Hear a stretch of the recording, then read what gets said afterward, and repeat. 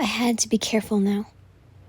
I would soon be a fragile human, and if I sustained an injury, I wouldn't be able to heal it so easily like I always did. So as Kokoshibo led me in a certain direction, Yushiro's voice played in my head, reminding me that the pill was coaxed with an invigorator, delaying the effects of it for a bit. But if we got tied up with a bad circumstance, I may just run out of time. Supposedly it takes time for a demon like myself to reduce the ability to conquer the sun. So if Muzan witnesses me turn human again, surely he'd kill me on the spot. I'd be no use to him anymore. Even worse, Douma's fate would be ruined as well, since he's now a traitor in the other demon's eyes. Kokoshibo? I whispered, scared to speak too loud thanks to the sharp blade he held up against me. It was still slightly at my neck, and the last thing I wanted to do was for it to go deeper. What? He spat, as if he was completely uninterested. Please. I'll cooperate. Just let up on your sword. I whispered. He complained. He didn't say anything else, but after a few more steps, his sword was no longer about to cut through my skin. Quickly, I felt the wound heal, which gave me peace of mind for the time being. A little while longer. Not out of nowhere.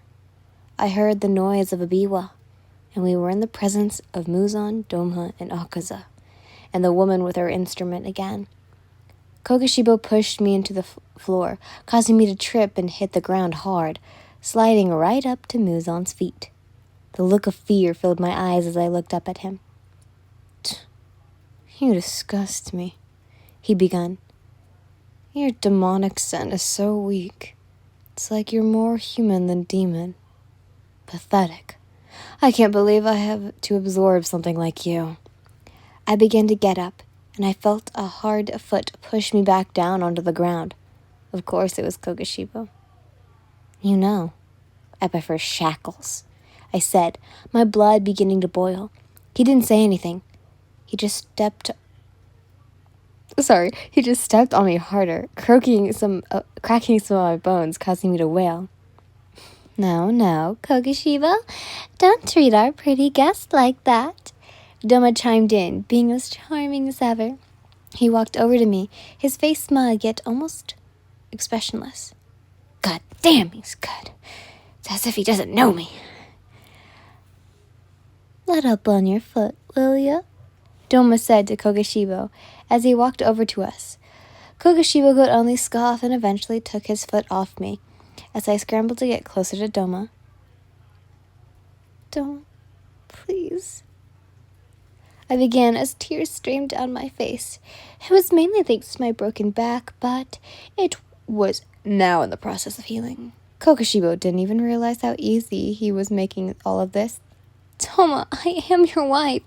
Please remember me, please, I said, trying to sound conveying. But Douma laughed his evil laugh as his eyes were fixated on me. I told you, I don't know who you are, darling, but you do sure are beautiful, he said, using one of his fans to lift up my chin, bringing his lips close to mine. The thought of even kissing you excites me, and the fact that that man won't let me touch you is even more thrilling. Oh, what a soft complexion, Douma said, making me melt. God, man, you're making this hard. I reached my hand up for his face, wanting to feel him, but his fan stopped it before I could even do so. Perfectly. I know you want to touch me too, but you can't, he said as he continued to laugh. He quickly got up and walked away, fanning himself with one of his fans he used. Douma, please, just remember. Remember our wedding. The cult? Where's your ring? I called desperately. Once again, he remained expressionless. Oh, if only Muzan could spare you. I'll do all the things husbands are supposed to do with their wives to you," he said, winking at me. "Enough. Now will the both of you shut up before I cut your tongues out?" Muzan commanded. Douma only giggled. "As you wish, master."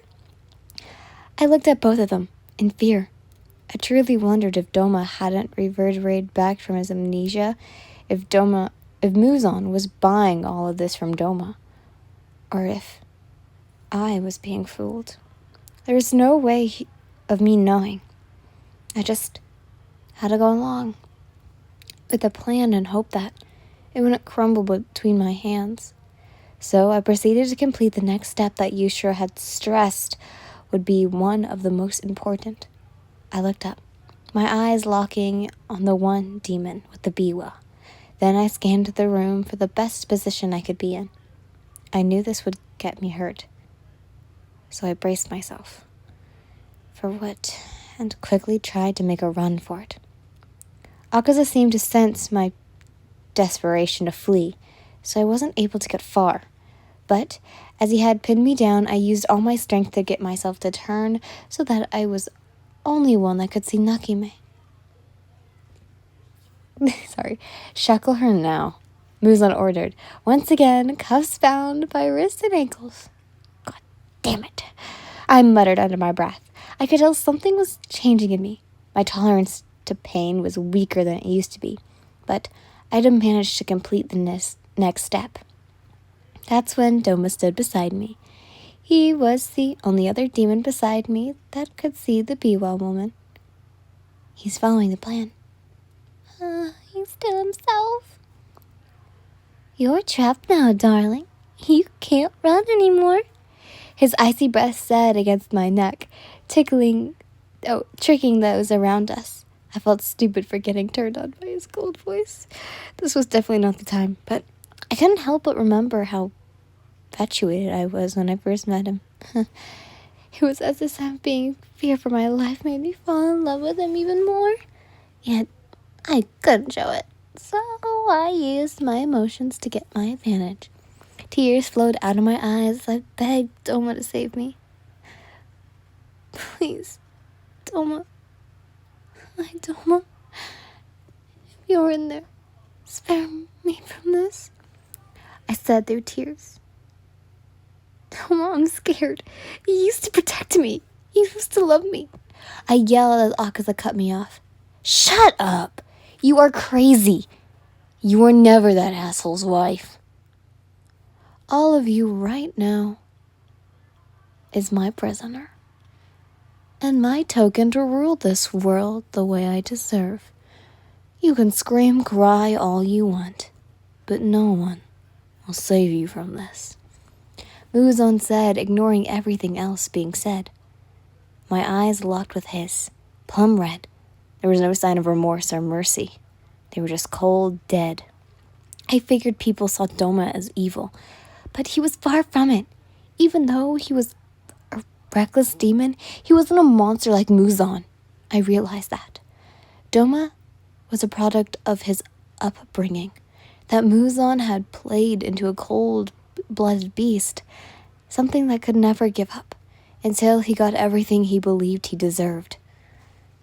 I always pitied Douma, because deep down inside, anyone could tell he was broken. But this man was nothing like that.